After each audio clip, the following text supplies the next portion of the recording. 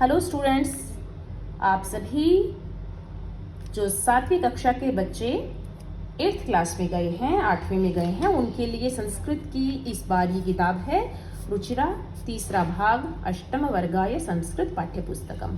8वीं कक्षा के लिए संस्कृत की ये पाठ्यपुस्तक आपके पास है। इसको हम पढ़ना शुरू करते हैं। तो इसमें आपका प्रथम अध्याय होगा। आप लोग अभी पढ़ चुके हैं, 6ठी कक्षा में भी, 7वीं कक्षा में भी आप लोगों को संस्कृत जो है वो पता है कि संस्कृत विषय जो है वो कितना रुचिकर है, इंटरेस्टिंग है और अच्छा है, और उसमें बहुत ज़्यादा ज्ञान है। ठीक है, तो इसलिए आप लोगों के लिए बहुत आसान भी है।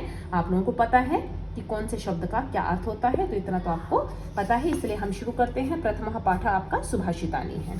सुभाषितानी का अर्थ क्या होता है? सु मतलब अच्छा, भाष मतलब वचन, अच्छे वचन। सुभाषितानी अच्छे वचन बहुत सारे हैं, इसलिए नी जो है वो बहुवचन का रूप लगा हुआ है। सुभाषितम तो हो जाता एक श्लोक, लेकिन बहुत सारे श्लोक मिलेंगे, इसलिए अनेक अच्छे वचन। ठीक है, प्रथम पाठ पहला पाठ। इसमें आपको यही लिखा हुआ है, सुभाषित जो शब्द है सो जमा भाषित, इन दो शब्दों के मेल से पूरा होता है। सु का अर्थ सुंदर, मधुर तथा भाषित का अर्थ वचन है। इस तरह सुभाषित का अर्थ सुंदर या मधुर वचन है।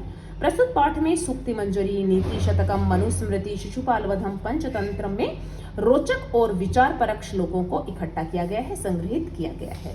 पहला आपका श्लोक इसमें आता है, गुणा गुणज्ञेषु गुणा भवन्ति ते निर्गुणं प्राप्य भवन्ति दोषाः सुस्वादुतोयः प्रभवन्ति नद्यः समुद्रमासाद्य भवन्त्यपेयाः।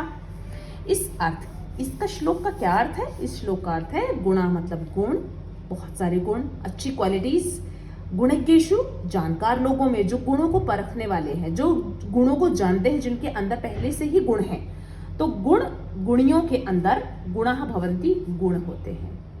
जिन्हें गुणों की पहचान है उन्हें गुणों की समझ होती है और वो व्यक्ति गुणी होते हैं। देखो कितनी बार गुणा गुणा आया है। इसका मतलब है गुण मतलब अच्छी चीजें जो आपके अंदर है, जो आपकी खासियत है, जो आपकी विशेषताएं हैं। तो गुणी व्यक्तियों के अंदर जो गुण है उन्हें गुणी व्यक्ति ही समझ सकते हैं। ते निर्गुणम प्राप्य भवन्ति दोषाः, यदि वे किसी दुष्ट आदमी में चले जाएं, निर्गुण का मतलब है दुष्ट व्यक्ति में पहुंच जाएं, तो क्या बन जाते हैं? दोष। अच्छे व्यक्ति में जाएंगे तो गुण जो है वो गुण के रूप में ही जाएंगे, लेकिन जब वो ही गुण आपके किस में पहुंच जाएं, जब दुष्ट व्यक्तियों में पहुंच जाएं, तो वे निर्गुण बन जाते हैं। क्या बन जाते हैं? दोष बन जाएंगे निर्गुण व्यक्तियों में पहुंचकर। उदाहरण देकर समझाया नीचे वाली दो पंक्तियों में। सुस्वादु तोयः यानी मीठा, तोय मतलब पानी, मीठा पानी प्रभवंती मतलब निकलता है। कहां से? नदियों में से। नदियों में से निकलता है मीठा पानी, लेकिन समुद्र आसाद्य, लेकिन वही पानी यदि किस में मिल जाए? समुद्र में मिल जाए, तो भवंती अपेयाः, तो वह पीने योग्य नहीं रहता, वह सारा खारा हो जाता है। गुण गुणियों में गुण होते हैं, यदि वही गुण दुष्ट व्यक्तियों में चले जाएं तो दोष बन जाते हैं। जिस प्रकार मीठा पानी उत्पन्न करती है नदियां, वही पानी यदि समुद्र में मिल जाए तो खारा बन जाता है। दूसरा श्लोक, साहित्य संगीत कला विहीनः साक्षात् पशुः पुच्छ विषाणहीनः तृणं न खादन्नपि जीवमानः तद्भागधेयं परमं पशूनाम्। साहित्य, संगीत और कला, जिन व्यक्तियों में साहित्य और संगीत और कला, ये तीन वस्तुएं, ये तीन चीजें विहीन है मतलब नहीं है। जिन व्यक्तियों में साहित्य भी नहीं है, कोई पुस्तक नहीं पढ़ी, उन्हें कुछ नहीं पता। संगीत मतलब जिनके अंदर कोई, मन के अंदर कोई उनके भाव नहीं है। कला मतलब जिनको कुछ अच्छी चीज बोलनी भी नहीं आती, करनी भी नहीं आती, वे व्यक्ति कैसे हैं? साक्षात पशु, सामने दिखाई देने वाली पशु के बराबर है। और वो पशु भी कैसा? जिसके पूंछ और विषाण मतलब सींग। जिस पशु की पूंछ और सींग नहीं है, ऐसे पशु के समान है वह व्यक्ति जिसमें साहित्य संगीत और कला नहीं है। और किस तरह से है वह पशु? तृणम मतलब तिनका नहीं खाता हुआ, खादन्नपि, ये डबल न है, त्र नहीं है बच्चों। खादन्नपि जीवमाना, जो तिनका नहीं खाता हुआ भी जीवित है। तद भागधेयम परमम पशुनाम, ऐसा व्यक्ति यदि जिसकी भी तीन चीजें नहीं हैं और वो इस तरह का पशु है, तो उससे अच्छा तो पशुओं का ही जीवन है। वह मनुष्य बनकर भी क्या कर लेगा जिसमें साहित्य संगीत और कला नहीं है। इसका मतलब इतनी वस्तुएं, इतनी चीजें तो कम से कम व्यक्ति में होनी चाहिए। अच्छा कहलाने के लिए शुरुआत तो होनी चाहिए ना बच्चों। तीसरा श्लोक क्या कहता है? लुब्धस्य नश्यति यशः पिशुनस्य मैत्री। लालची, लुब्ध नश्यति, लालची व्यक्ति का यश नष्ट हो जाता है। और पिशुन का मतलब है चुगलखोर की दोस्ती नष्ट हो जाती है। नष्ट क्रियस्य कुलम अर्थ परस्य धर्मः। और जो कुछ भी नहीं करता, जो व्यक्ति कुछ भी कार्य नहीं करता, उसका जो धर्म है वो नष्ट हो जाता है। विद्या फलम व्यसनिनः कृपणस्य सौख्यम। और विद्या का फल जो है वो, व्यसन का मतलब है जिसमें बुरी आदतें हैं, उनके पास कैसे पहुंच जाएगा विद्या का फल? कृपणस्य सौख्यम। और सुख कैसे प्राप्त होगा? किसी कंजूस का, कंजूस को सुख नहीं मिलेगा, आलसी को विद्या का फल नहीं मिलेगा, जो कोई काम नहीं करता उसका धर्म नष्ट हो जाएगा, चुगलखोर की दोस्ती नष्ट हो जाएगी, लालची का यश नष्ट हो जाएगा। राज्यम प्रमत्त सचिवस्य नराधिपस्य। यदि किसी राजा का राज्य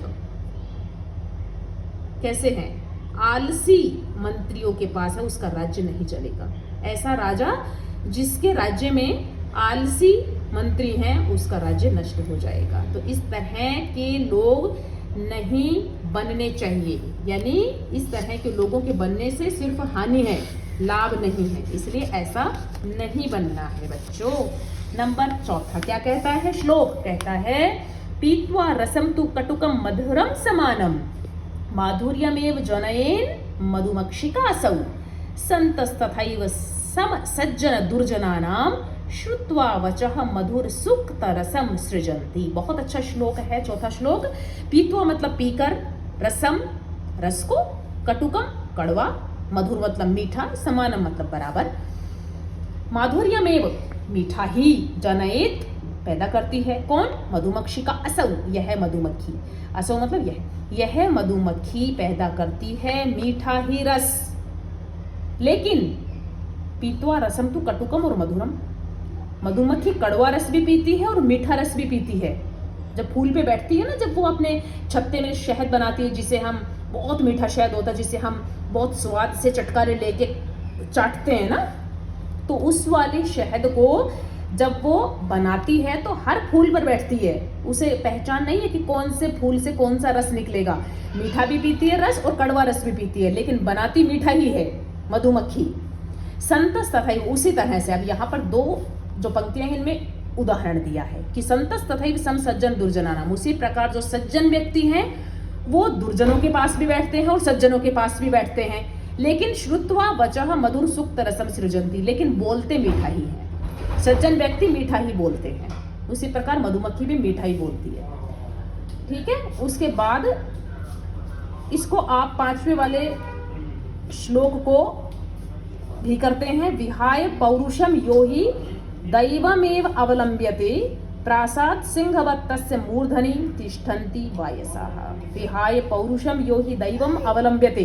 जो व्यक्ति अपने परिश्रम को छोड़कर भाग्य के भरोसे रहते हैं कि मुझे किस्मत में, मेरे में क्या होगा वही मिलेगा, तो इसलिए क्या किस्मत में है, भाग्य के भरोसे रहते हैं और अपने आप मेहनत करने को छोड़ देते हैं। तो प्रासाद सिंहवत्तस्य मूर्धनि वायसाः।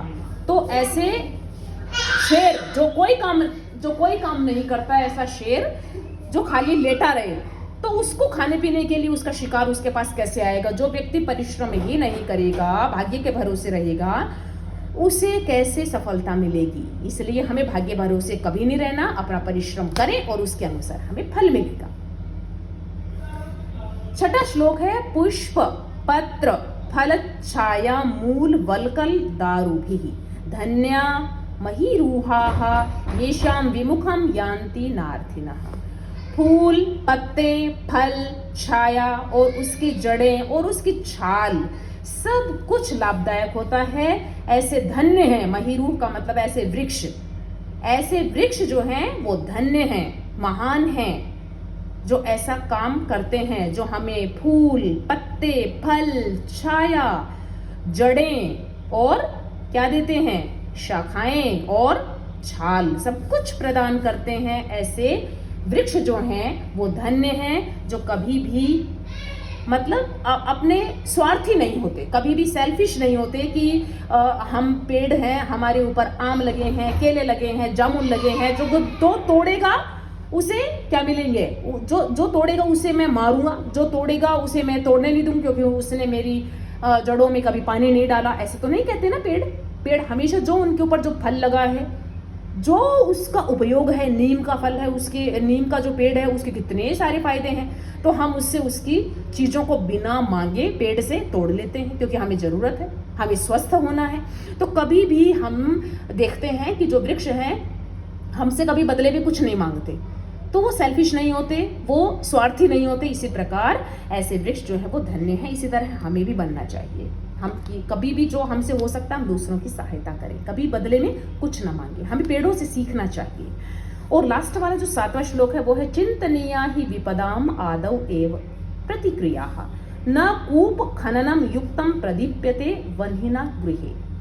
चिंतनीय ही विपदाम आदौ एव प्रतिक्रिया, मतलब जो आपके पास सामने कोई मुसीबत आने वाली है उसके बारे में आप उस मुसीबत के बारे में सबसे पहले चिंता करें और प्रतिक्रिया करें, एक्टिव हो जाएं कि कौन सी मुसीबत आने वाली है उसका सामना करने के लिए आप तैयार हो जाएं। ना कूप खननम युक्तम, आग लगी हुई है घर में, वह्निना गृहे, घर में आग लगी हुई है, प्रदीप्ते, घर जल रहा है, और आप क्या कर रहे हैं, कूप खननम, आप कुआं खोद रहे हैं कि पानी निकलेगा तो आग बुझाऊंगा, तब तक तो आपका सारा घर जल जाएगा। क्या अर्थ निकला इस श्लोक का? इस श्लोक का अर्थ ये निकला कि जो हमारे सामने मुसीबत है सबसे पहले हमें उसके बारे में सोचना है, सबसे पहले हमें उसका समाधान करना है, उसके लिए एक्टिव होना है, प्रतिक्रिया करनी है कुछ समाधान निकालने के लिए। जिस तरह से घर में लगी हुई आग को बुझाना ज्यादा जरूरी है, ना कि कुआं खोदना। इस श्लोक को सारे के सारे जो 7 श्लोक हैं आप इसकी वीडियो बार बार देखें, अपने संस्कृत रुचिरा की कॉपी में सारा काम पूरा कर लें, उसके बाद फिर इसके शब्दार्थ और अभ्यास में करवाऊंगी। ठीक है students, bye bye, thank you.